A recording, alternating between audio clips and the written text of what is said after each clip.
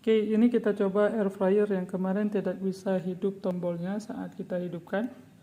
Nah, caranya seperti ini rupanya karena tutupnya tidak rapat. Coba dimasukkan. Oke. Kalau biasa seperti ini, coba tekan hidup. Kemudian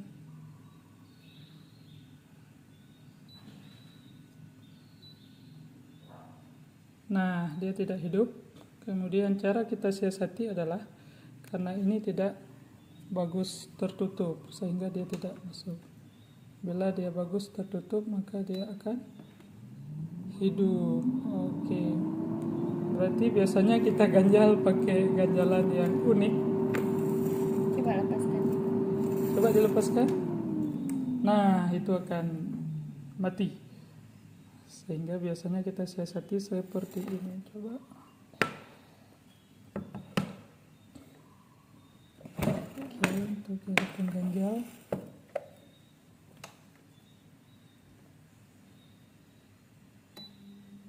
Nah, dia akan bekerja dengan sempurna. Berarti karena memang sistemnya ketika ini terbuka dia akan mati otomatis.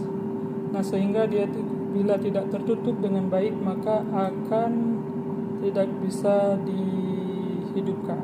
Demikian, semoga bermanfaat. Assalamualaikum.